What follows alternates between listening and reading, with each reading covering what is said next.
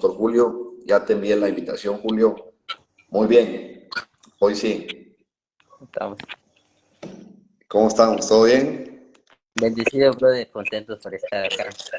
Qué bueno, Julio. Que Dios te bendiga. Es un privilegio de parte del Señor. Hoy estoy transmitiendo acá de manera sencilla, porque no estoy en la casa, aquí estoy en la oficina del pastor.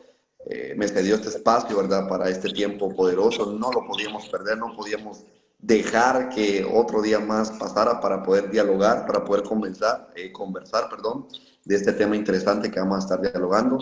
Sé bienvenido a este humilde perfil. Que Dios te bendiga. Y ya hay una buena audiencia conectada. Amén. Amén. Gracias, Yair. Me siento bastante elogiado, integrado a este proyecto que tienes en tus manos. Sin duda alguna, yo sé que es el sueño de Dios que estás cumpliendo y ha sido una herramienta útil lo que estás haciendo. Y sin duda alguna, sé que el Señor te va a respaldar de manera grande. Y muchas gracias, hoy por invitarme. Amén, amén. Ahorita sos el punta de lanza, el que inicia este proyecto en el nombre de Jesús. Hace un tiempo atrás hice transmisiones, compartí con algunos ministros, pero no fue progresivo y no había algo sistemático, ¿verdad? Yo creo que hoy Dios nos permite hacer algo más sistemático, algo más edificante. No digo que lo anterior no lo era, sino que era algo más, no era ordinario, ¿verdad? Hoy queremos ser constantes en este proyecto. Y bienvenido y gracias por aceptar la invitación. Amén. Y pues bueno, arranquemos en el nombre de Jesús. Primero pues orando, ¿verdad? Porque esa es nuestra identidad. Pues vamos a poner todo en las manos del Señor. Y quiero dejarte este tiempo para que puedas orar y bendecirnos. Amén. Amén. Oramos entonces, Jair. Amén. Señor, te damos gracias porque tú eres bueno y para siempre es tu misericordia. Sin duda alguna, este es un momento fructífero donde veremos tu presencia, veremos cómo emana esa sabiduría, Señor, de tu Santo Espíritu por medio de nuestras mentes. Y te damos gracias porque tú eres bueno. Muchas gracias porque vemos que tu Amén. fidelidad es grande en todo. Tu fidelidad, Señor, permanece. Esta noche queremos promover, incentivar, Señor, animar a nuestros hermanos en Cristo a través de aquello, o sea poco, sea mucho de lo que tú tal vez nos has dado, pero queremos hacerlo de todo corazón. Queremos, Señor, esta noche dialogar con Yair y poder fomentar buenos pensamientos, buenos valores éticos, sobre todo tu mensaje, el mensaje de Cristo. Así Amén. que esta noche, Señor, oramos en el nombre de Jesús. Amén y amén. Gloria a Dios. Muy bien, Julio. Lo primero que quisiera es que puedas presentarte, cuál es la asignación, o sea, tu nombre completo, tu asignación, dónde estás ubicado, dónde estás cumpliendo con el trabajo que el Señor te permite realizar y desde hace cuánto tiempo le conociste al Señor, ¿verdad? Estas son las preguntas de inicio. Ok, Yair, mi nombre completo es Julio César Amador García. Tengo 23 años de edad. Precisamente este año yo entré al ministerio de manera oficial. Estoy plantando una iglesia en el área de Igualá, en la zona urbana. Gracias a Dios se nos dio la oportunidad y el respaldo también, la cobertura, y hemos estado trabajando de la mano de Dios, también tomado de la mano de personas y también de toda la estructura eclesial para poder plantar esa iglesia y llevar a cabo la misión de Dios. Y mira, desde los 12 años estoy sirviendo a Dios. Llevo aproximadamente 11 años sirviéndole a Dios.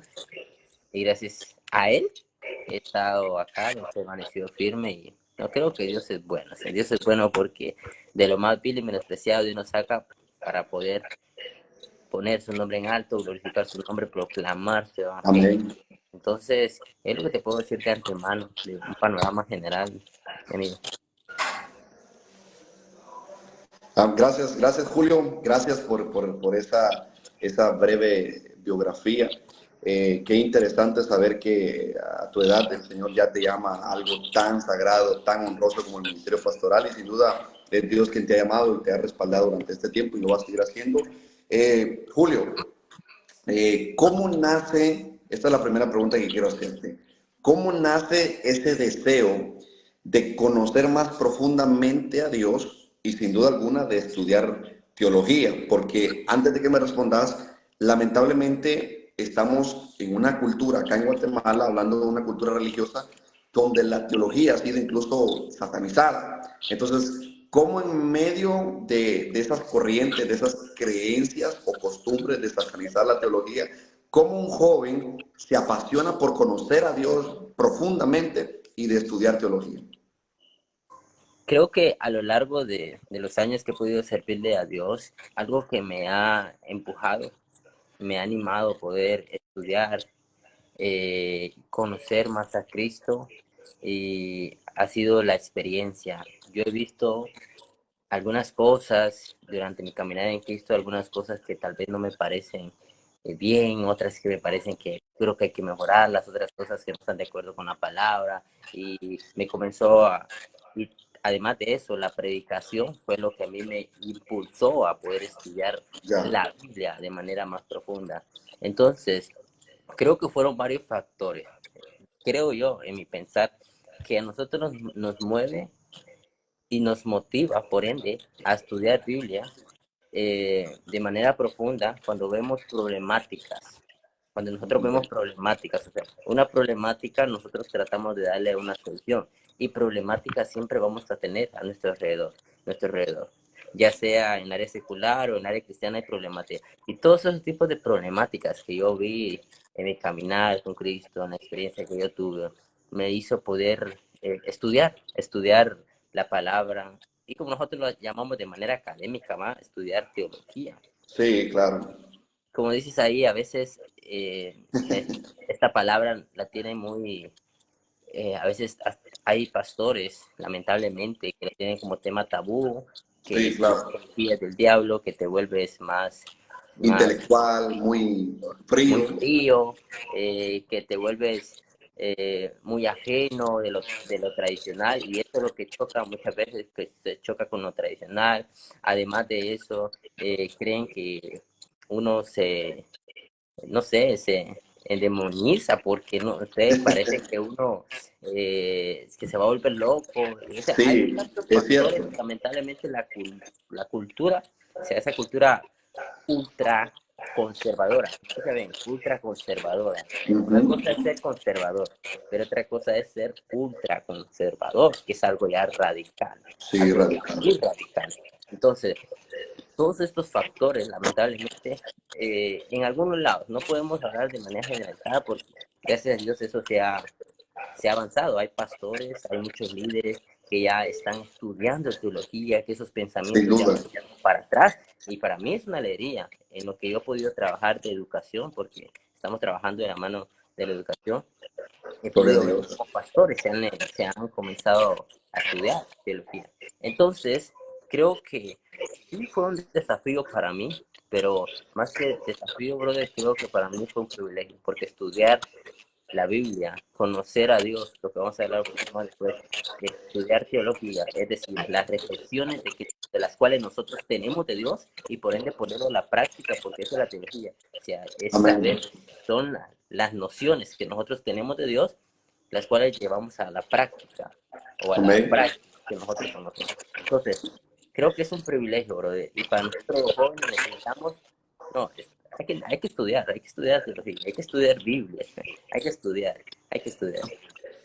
Buenísimo, interesante. Y creo que, ¿cómo podríamos, Julio? Porque realmente, sí, la iglesia en ese momento, tal vez en los años 2000, por ejemplo, no, a escuchar teología era algo como ridiculizado, como que volverte apático, frío, pero ¿cómo la iglesia cae en esa ruptura o en ese punto de inflexión?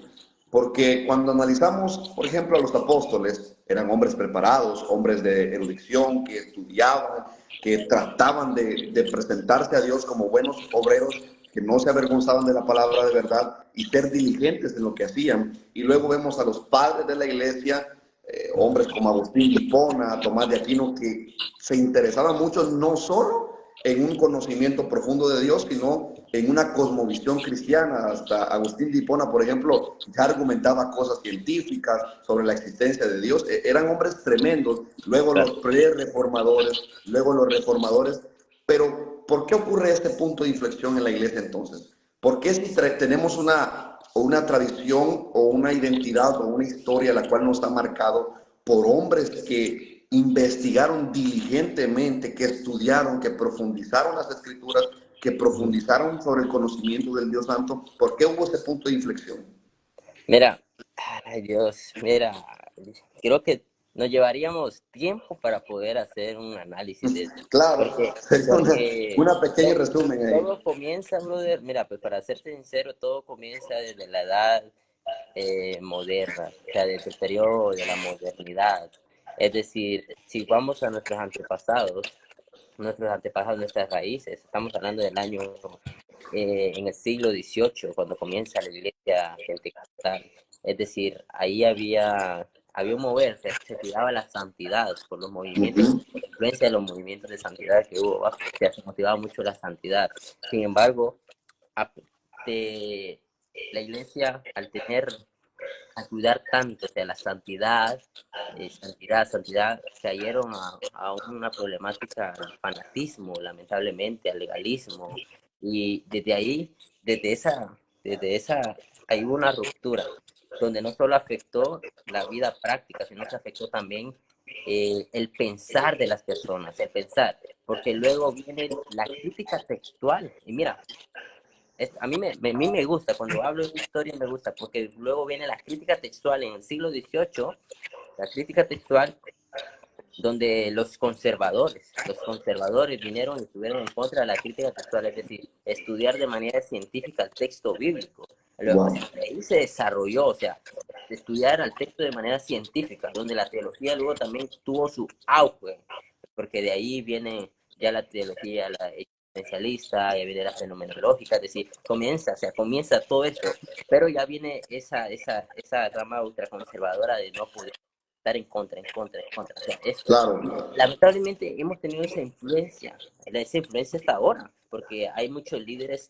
ultra tradicionalistas que son, mira, otro problema fue el fundamentalismo. Y uno de los enemigos de la teología, de estudiar teología, es el fundamentalista. Inclusive fundamentalismo. hasta el fundamentalista hace teología, pero Sí, lamentablemente no se da cuenta. es Entonces, cierto. mira, yo digo algo. Mira, yo le tengo más miedo a un fundamentalista que a las culebras. Así de fuerte, Mira, yo le así tengo de... más miedo a un fundamentalista que a las culebras. Es que, porque ahí hay, o sea, no se respeta lo que es el texto bíblico, todo literal, decir, y luego de eso, o sea, por ser así, yo desprecio a las herramientas que se han podido desarrollar, o sea, ese choque, y ese pensamiento lamentablemente aún existe. No puedo hablar de términos generales, pero aún existe. Y creo que es la respuesta que te puedo dar para no irnos a mucho más, porque hay bastante. Claro, esto es un océano de conocimiento. Exacto, exacto. No, muy buenísimo, buenísimo. Creo que hasta el momento esto está picante, estás dando con todo el clavo ahí y qué bueno. Julio, ¿por qué esta generación, y cuando hablo de esta generación no solo me refiero a jóvenes, sino a las damas, caballeros, incluso ancianos, ¿por qué nos hemos conformado en la iglesia contemporánea con una fe superficial? Ah, una iglesia contemporánea, pero con una fe superficial. Mira, ay, una fe superficial. Cuando hablamos de fe superficial, estamos hablando que esa fe superficial se ha creado por varios factores. Esos Claro, factores podemos hablar ya sean culturales, familiares, personales. Es decir, ahora, si nos enfocamos en la juventud, pues, nos vamos a delimitar ahorita a la juventud. Si hablamos de la claro, juventud, eh, muchos por poder encajar en cualquier lugar, venden sus valores éticos, cristianos, venden su moral, la ponen en balanza, tratan de poder reflejarse en otra persona, ser igual que otra persona. Es decir, ahí los jóvenes ya tenemos una fe superficial porque tratamos de, lamentablemente, imitar al que no es cristiano por, por ganar un poquito de aprobación. Escucha, por ganar un poquito de aprobación, aprobación, aprobación. Es decir, esa fe nos hace totalmente superficial. Una fe superficial no tiene raíces. Una fe superficial, lamentablemente, no está en buena tierra. Una fe superficial fácilmente la desbaratan. Es decir, hay muchos factores, también está el factor familiar y algo que cabe recalcar que en esta iglesia contemporánea, pero una fe superficial, es que muchos jóvenes son cristianos culturales. Y escucha bien esta palabra, y esto me gusta, me encanta. Hay jóvenes que son cristianos culturales. ¿A qué me refiero con esta palabra? Es que hay jóvenes que son cristianos porque la familia es cristiana.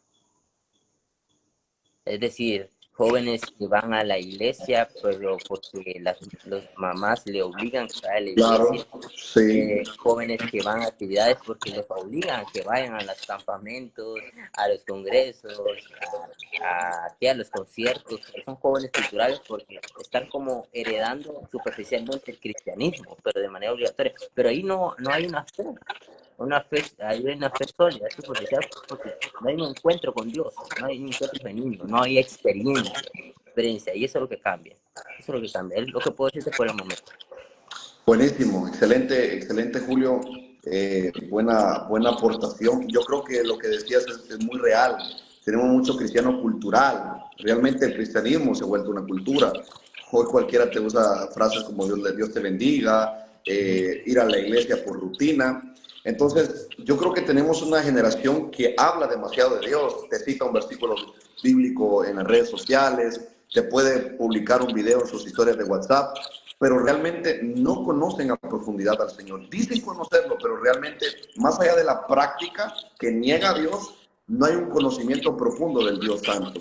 Entonces, Claro. para yo poder adorar correctamente al Señor, yo creo que Cristo se refería a esto sobre los adoradores que el Padre buscaba en espíritu y en verdad, también tenía que ver con un conocimiento pleno de quién era Él y de quién es Dios realmente. Entonces, muy buena aportación.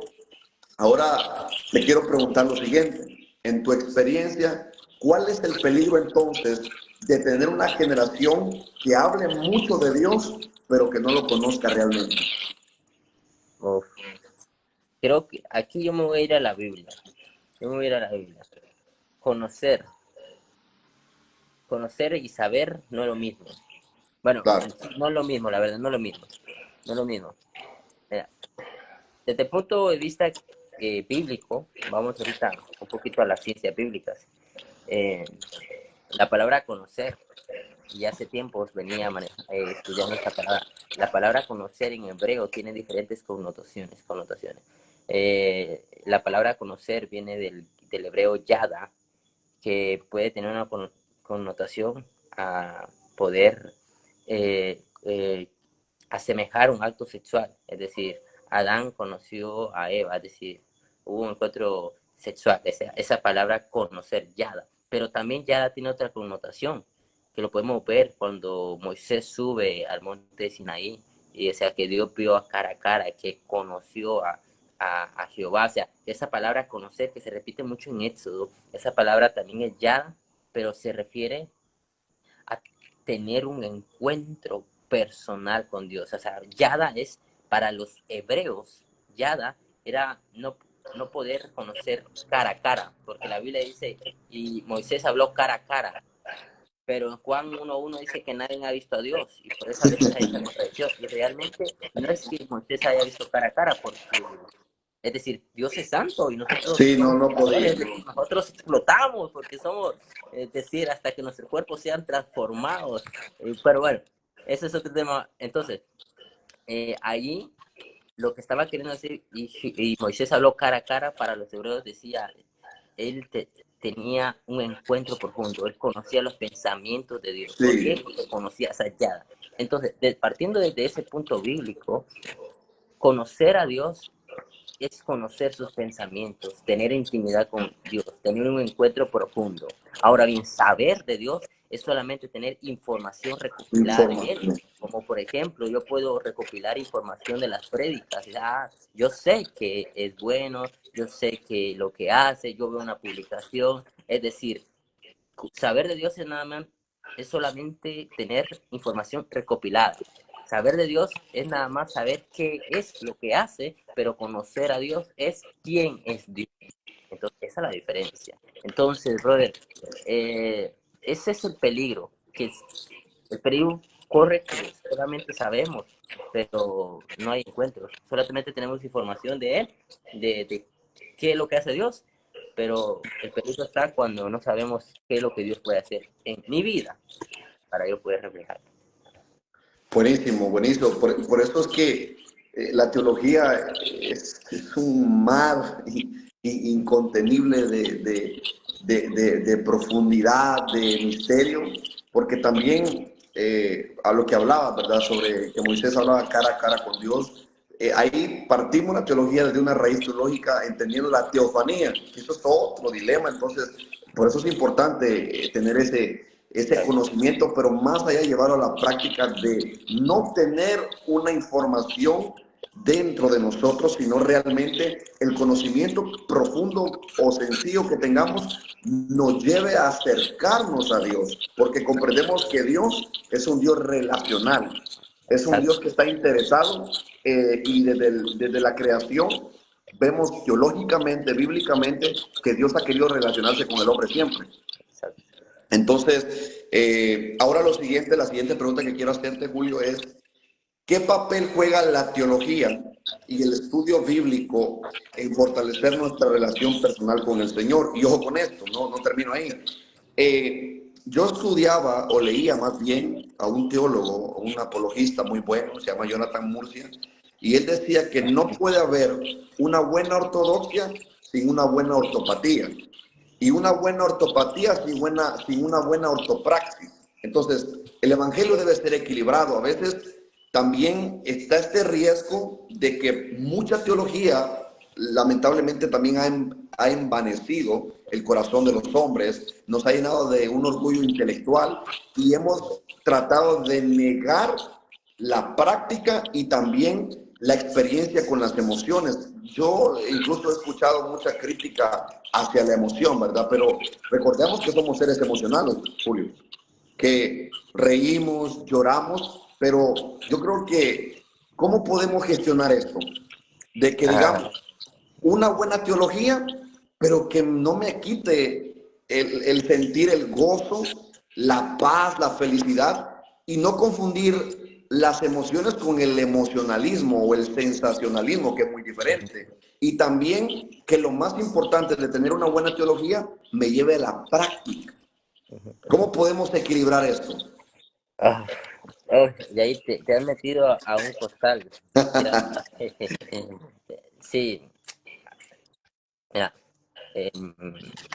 la teología, el estudio bíblico, el estudio bíblico, bueno, la teología parte desde el estudio bíblico, entonces claro, no puede haber teología sin Claro. palabra de Dios, o sea, desde ahí parte la teología.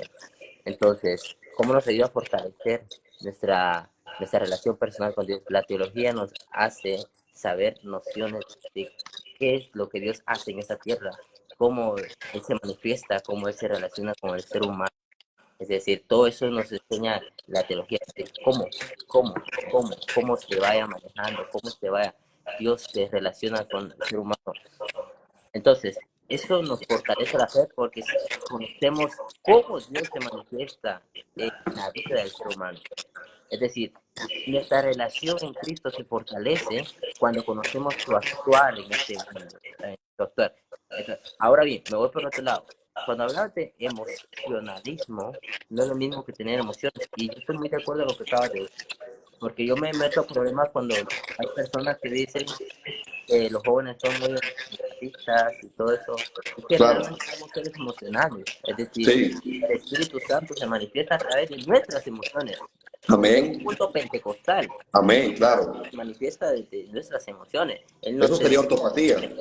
Exacto, o sea, el sentir, la ortopatía, el sentir lo que yo siento, lo que yo siento. Y por ende, pues lo que yo siento tiene que tener una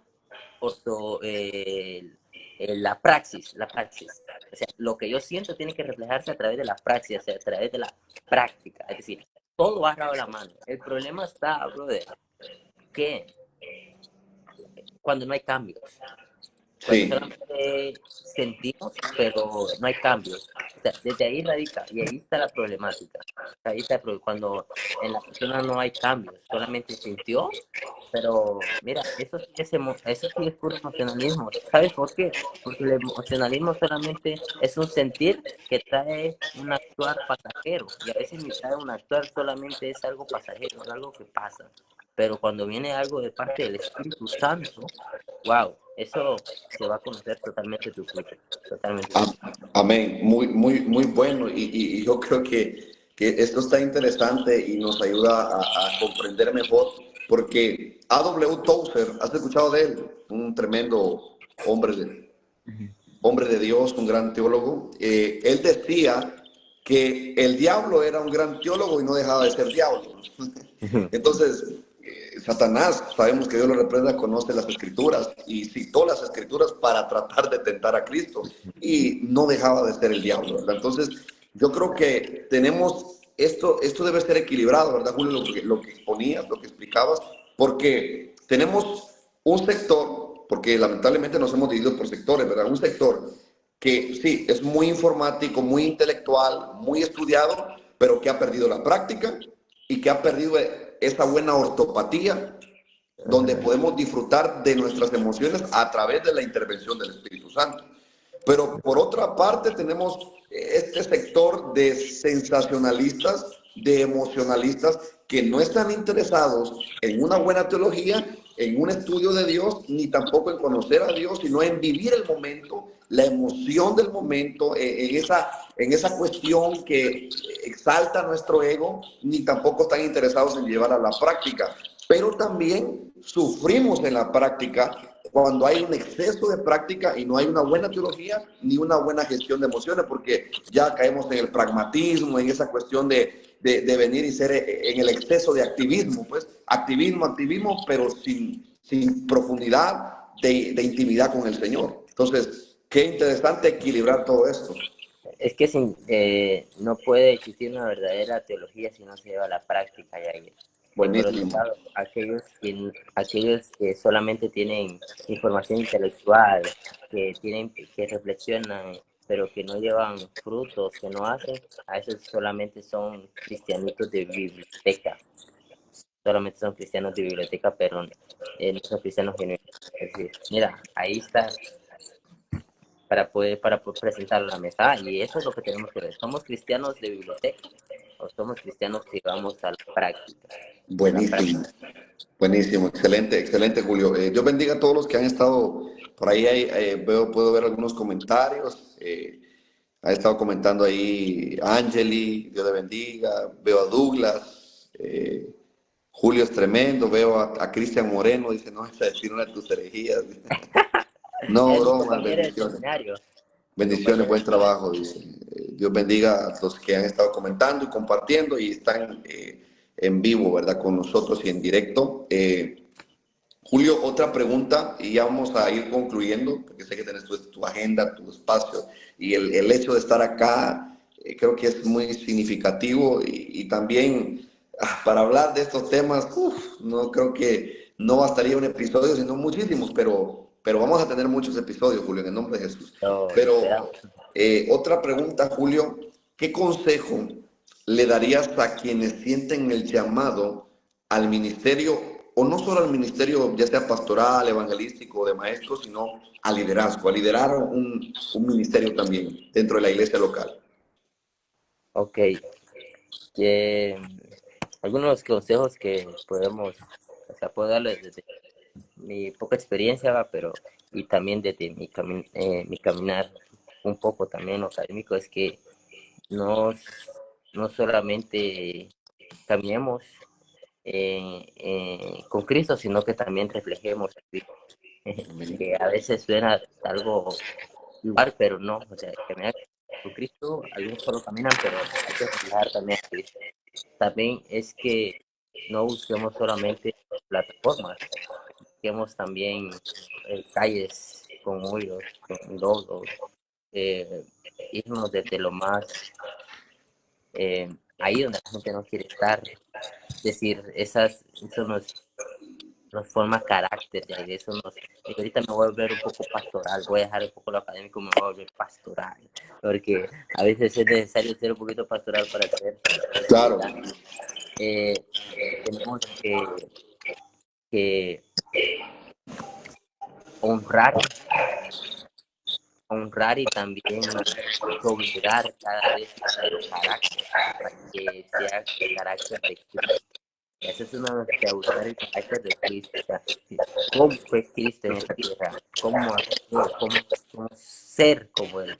No solamente lo que hizo Cristo, sino que buscar la imagen de Cristo en la tierra.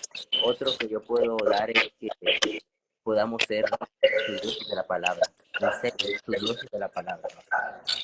La palabra es vida, la palabra transforma, la palabra es inspirada, la palabra es infalible, la palabra redarguye, como dice 2 Timoteo 3:16, la palabra es útil para redarguir, instruir, corregir en justicia, de modo que el hombre sea perfecto.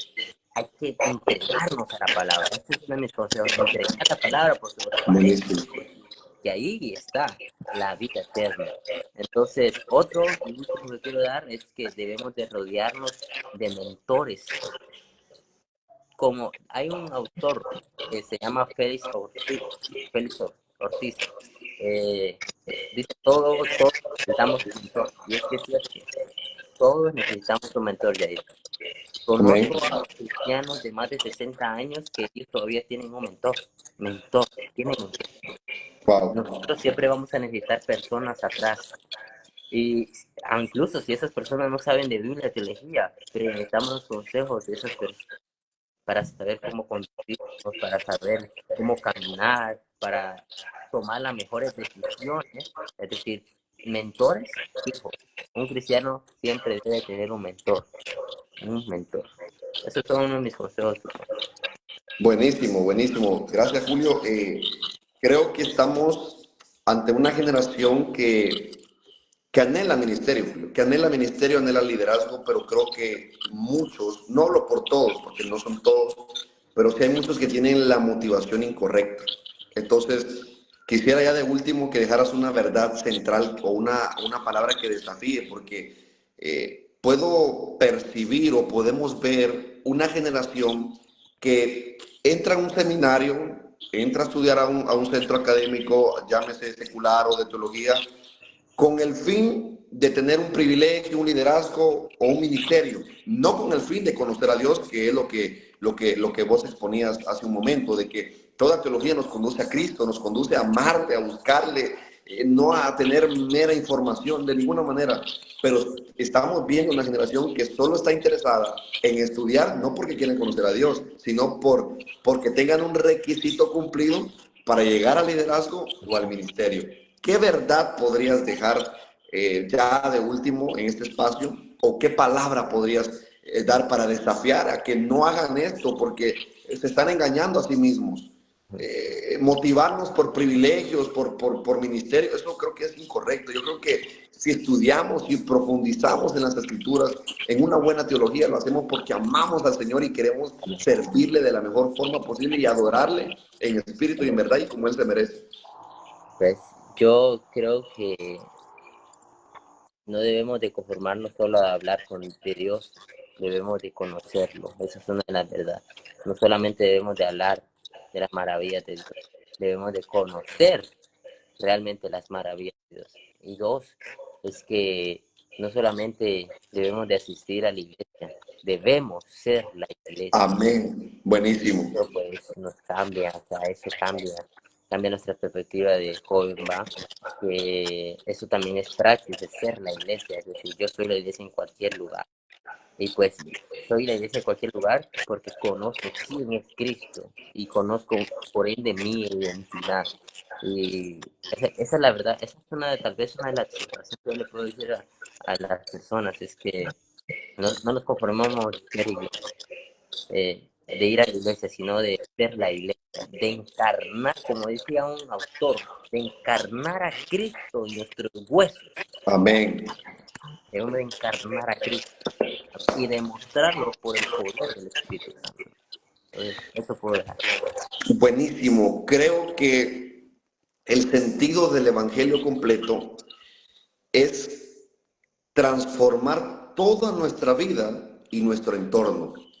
Yo creo que si solo si el evangelio que nosotros profesamos solo nos cambia dentro de la iglesia o en la iglesia o en el término de liderazgo, ministerio, yo creo que es una religión más. Pero si nuestra teología, nuestro conocimiento de Dios y el evangelio de esperanza, el cual predicamos, transforma mi vida, mi familia, mi trabajo, mis estudios, todo el entorno que me rodea, yo creo que es el evangelio completo de Cristo. Claro, claro, Entonces, totalmente de acuerdo. importantísimo, me gustó eso que dijiste, no solo conformarnos con ir a la iglesia, sino ser iglesia. Qué importante ser iglesia en cualquier lugar donde nos encontremos. Y yo creo que eso hablamos mucho los reformadores, ¿verdad?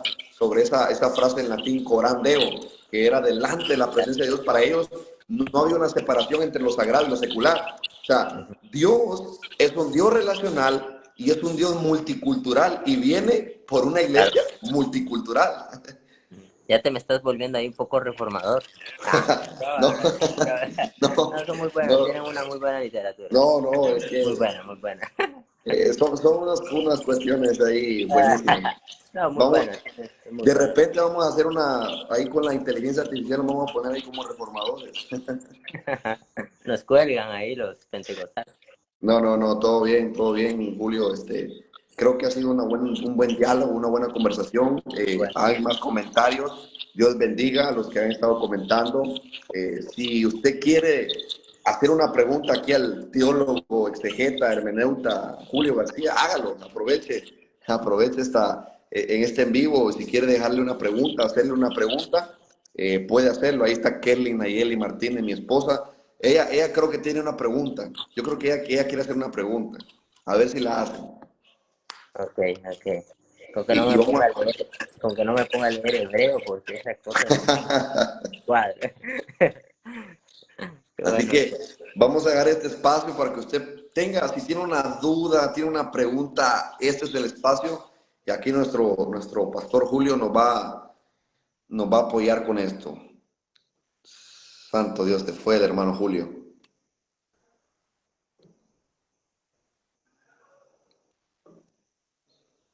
Bueno, yo creo que algo pasó ahí, no sé si fue la señal, si se le apagó el teléfono a nuestro hermano Julio, pero ahorita lo estoy volviendo a invitar. Ya estábamos en lo último. Julio, lo ¿qué siento, lo pasó? siento. ¿Te saliste? El diablo metió la cola. El diablo metió la cola ahí en... Santo Dios. Bueno, llegamos a este espacio para preguntas. No sé, Kelly Nayeli, Roxana de Martínez, todos los que están ahí conectados, que puedan hacer unas preguntas, este es el espacio. Pueden hacerlo, pueden aprovechar.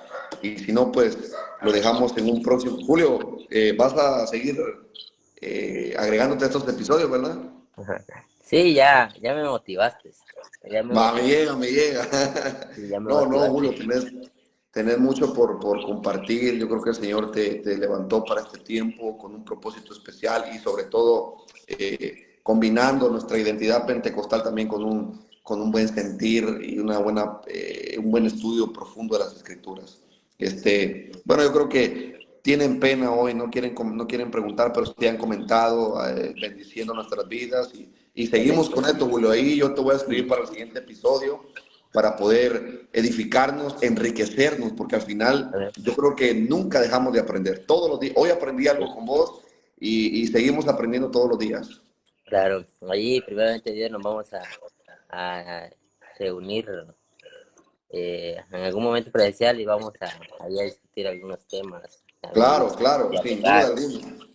Dios te bendiga, Julio, que descanses, sé que tenés Amén, mucho trabajo que hacer, que Dios te respalde en el amén. ministerio que te ha dado, en la iglesia, en el trabajo, en la plantación, donde Dios te ha colocado que puedas ser fructífero, Amén. ser eficaz con tu liderazgo, con tu servicio y que Dios te siga respaldando poderosamente. Gracias por este primer episodio en el cual participaste y seguimos firmes como los músicos del Titanic. Perfecto, perfecto. Dios te bendiga, Julio. Mucho Bendiciones. gusto.